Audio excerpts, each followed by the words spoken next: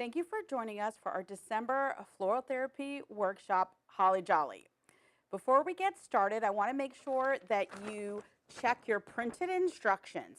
If you flip them over and you have a handwritten word, then you are our bingo winner for the month. Just give us a call, tell us the secret word, and the next time we see you, we will have your prize. Okay, now the joke. There was a man, he had been working in New York City, and he had to board a train home to Baltimore. And when he gets on the train, he goes to the steward and he explains, listen, I get so nauseous on trains. I'm going to take a sleeping pill. But please, no matter what, wake me up when we get to Baltimore. I don't want to miss Christmas Eve with my family. And the steward says, absolutely no problem. I will get you off the train in Baltimore. Well, about 6 hours later, the man wakes up hearing an announcement that the train has arrived in Raleigh, North Carolina. He's furious. He jumps up, he goes to the steward, he's shaking him, and he's screaming at him. He's like, I told you to wake me up in Baltimore.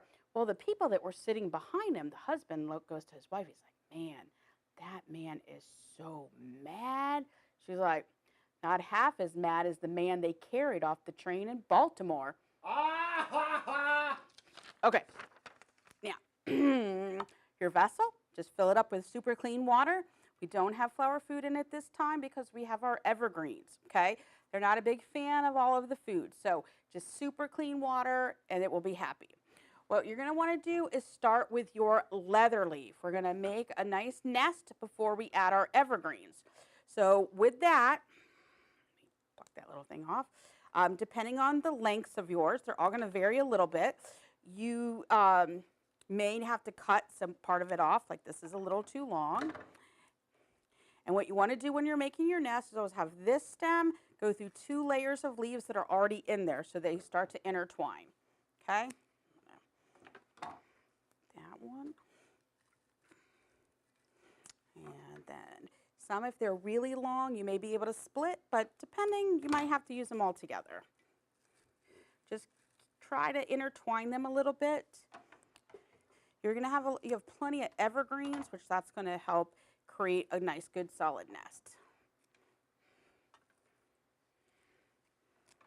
All right. Okay. Now your evergreens. So you have some pine, you have some cedar, and you have some sapphire. So the pine is the only one that's not from the area. The Leland cedar and the sapphire is grown here in Florida. You can cut this. I'm going to pull a little of this off, not because it's going to break down in my water, but just because sometimes it can kind of tear apart the nest a little bit. And here's where you can decide how wide you want to make this, how tall you want to make this, depending on where you're going to put it. Okay? I'm going to get all of my cedar in here first. Get that in the center. I'm going to use pretty much just all of it. And then I've got some sapphire. So again, if you're going to put this and make this kind of all around, you can go a little shorter. If you're going to do it one-sided, you could have some of this be a little taller. Totally depends on where you're going to put your flowers. I'm going to keep kind of turning my arrangement so I can get these evergreens mixed so you have those different textures. Now, we are in a vessel of water, so as always, it's important that you're making sure that you cut on an angle, so no matter what, you don't end up with your stem laying on the bottom. All right, so I got all that. Now the pine. The pine is the only one that's got sap, so just when you cut it, you don't want it to get on your clothes or really on your hands where you cut, because it's very sticky.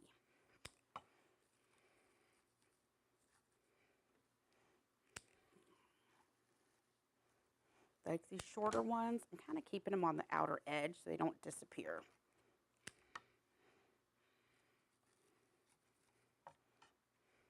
All right. There we go. Get that out of the way. All right. So the first flower is going to be the hydrangea. It has these leaves here. If you don't want them, you can trim them off. I wouldn't suggest pulling them off. And then on your stem, you see these little bump outs. It's best to kind of trim that off so that if you place this and you don't like where you put it, you can take it out and it's not going to tear your greens apart. Make sure you're cutting on a good angle. I like to test, see where it's going to land, and if I'm happy with it, then we're good to go.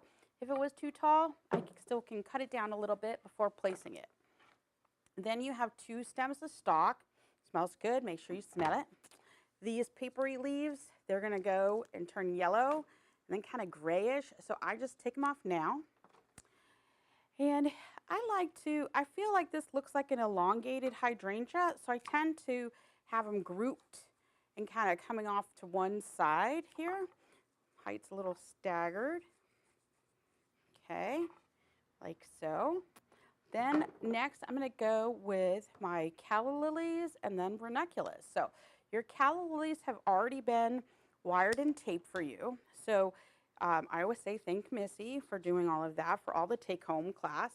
So with calla lilies, we wire and tape them in an arrangement like this because they will overabsorb water. So this keeps them from splitting their stem.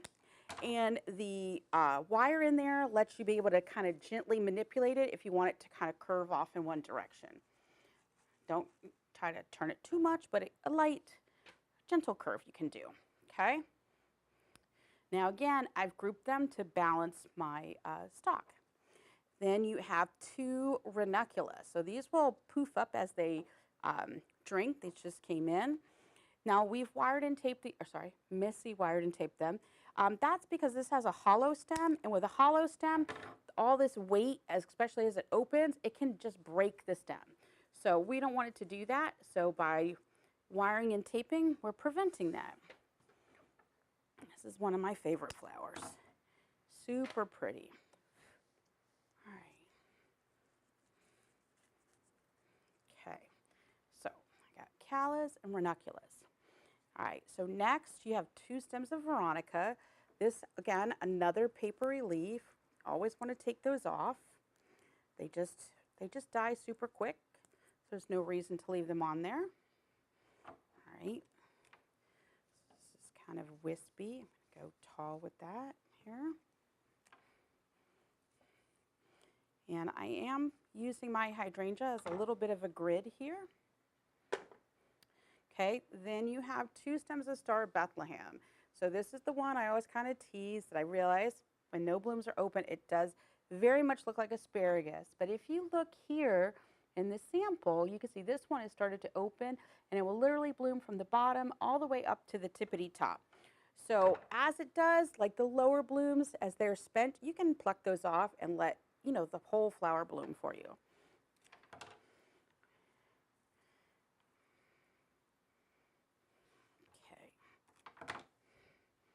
All right, 2 Star Bethlehem.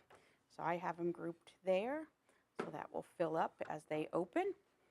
Okay, then we've got 2 stems of phlox. So this one, again, another papery leaf. I know it has a more delicate stem, so you want to kind of support it where you're pulling those leaves off so that you do not break the stem. So I'm just keeping my hands real close to where those leaves are.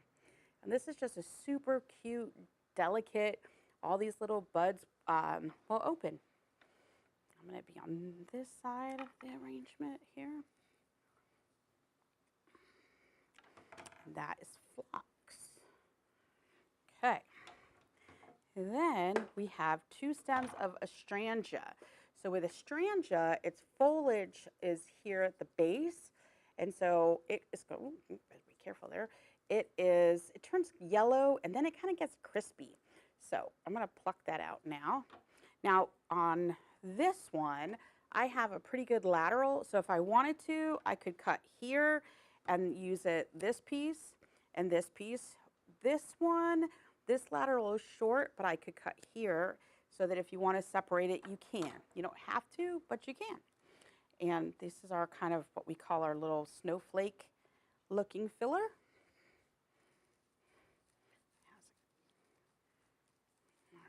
That in there, and if you have laterals that you can separate, then you can spread it around just a little bit more. All stems won't have laterals that are long enough. This is the first time doing it this month that I could split both of them. Okay, Then we have our cremone. So that's the one in the net. More papery foliage. This is not quite as delicate of a stem. And then with the net, you kind of want to pull from the bottom and release it as opposed to pulling it straight up, because as they hydrate and get really full, we don't want that net to pull the head right off.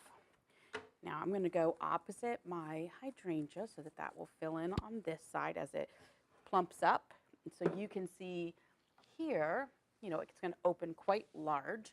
So this one being that it just came out of the net, but it will fill in there. Right.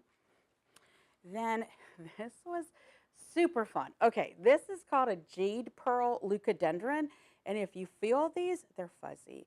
So it's like a tiny little fuzzy snowball looking flower on the top. So this here, if that's going to be in your water, I would just kind of strip that off. It comes off real easily. These upper ones that won't be in your water, you don't need to worry about it. Most of them don't have long enough laterals to be separated, so I'm going to just leave it all together here in my center here, my little snowballs. And then in your packet, there were 3 stems of some faux holly. So if you want to add that little bit of holly, put there in there. Now, make sure you add water every day so that it will last a good long time. Enjoy.